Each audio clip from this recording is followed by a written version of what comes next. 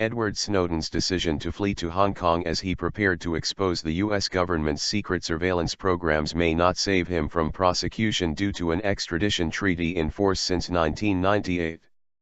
A 29-year-old former CIA employee, Snowden has identified himself as the person who gave The Guardian and The Washington Post classified documents about how the U.S.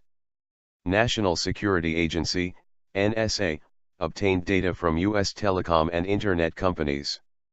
While preparing his leaks, Snowden left Hawaii for Hong Kong on May 20 so he would be in a place that might be able to resist U.S. prosecution attempts, he told The Guardian. Mainland China does have significant restrictions on free speech, but the people of Hong Kong have a long tradition of protesting in the streets, making their views known, Snowden, a U.S. citizen, said in a video interview posted on The Guardian's website. The NSA has requested a criminal probe into the leaks and, on Sunday, the U.S. Justice Department said it was in the initial stages of a criminal investigation. The United States and Hong Kong signed their extradition treaty in 1996, a year before the former British colony was returned to China. It allows for the exchange of criminal suspects in a formal process that may also involve the Chinese government. The treaty went into force in 1998 and provides that Hong Kong authorities can hold Snowden for 60 days, following a U.S. request that includes probable cause, while Washington prepares a formal extradition request. Some lawyers with expertise in extradition said it would be a challenge for Snowden to circumvent the treaty if the U.S. government decides to prosecute him. They're not going to put at risk their relationship with the U.S. over Mr. Snowden, and very few people have found that they have the clout to persuade another country to go out of their way for them, said Robert Anello, a New York lawyer who has handled extradition cases. However, under Hong Kong's Fugitives Offenders Ordinance, Beijing can issue an instruction to the city's leader to take or not take action on extraditions where the interests of China in matters of defense or foreign affairs would be significantly affected. Hong Kong was returned to Chinese rule amid constitutional guarantees for a high degree of autonomy.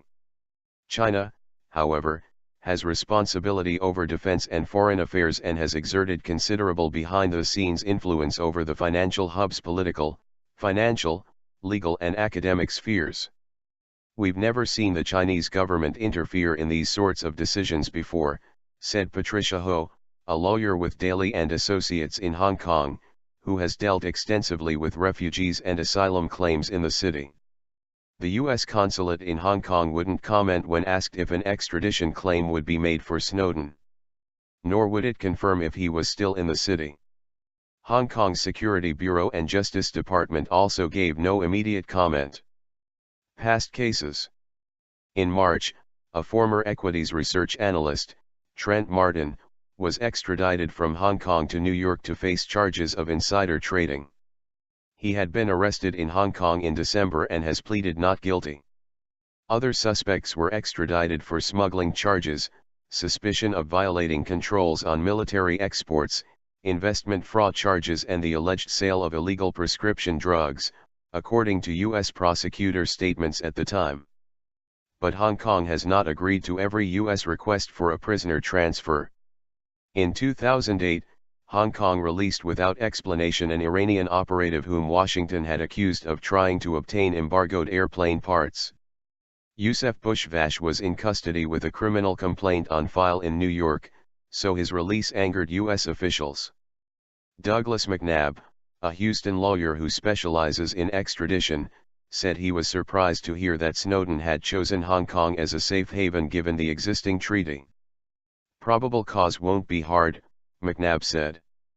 This guy came out and said, "I did it." His best defense would probably be that this is a political case instead of a criminal one. The treaty prohibits extradition for political cases. Another defense for Snowden, lawyers said, would be to argue a lack of dual criminality. For a person to be extradited, the alleged act must be a crime in both countries. While that will be for a Hong Kong court to decide, it might be a long shot, Anello said.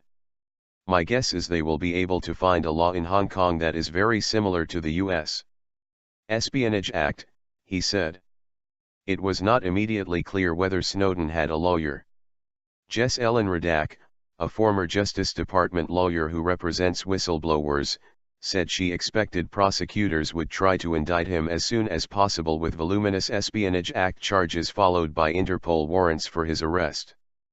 But she said Snowden fit the profile and legal definition of a whistleblower and should be entitled to protection under a federal law passed to protect people who reveal waste and abuse.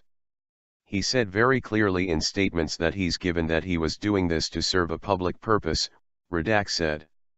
Asked if he had a plan in place, Snowden told The Guardian, "The only thing I can do is sit here and hope the Hong Kong government does not deport me. My predisposition is to seek asylum in a country with shared values. The nation that most encompasses this is Iceland. They stood up for people over internet freedom. I have no idea what my future is going to be."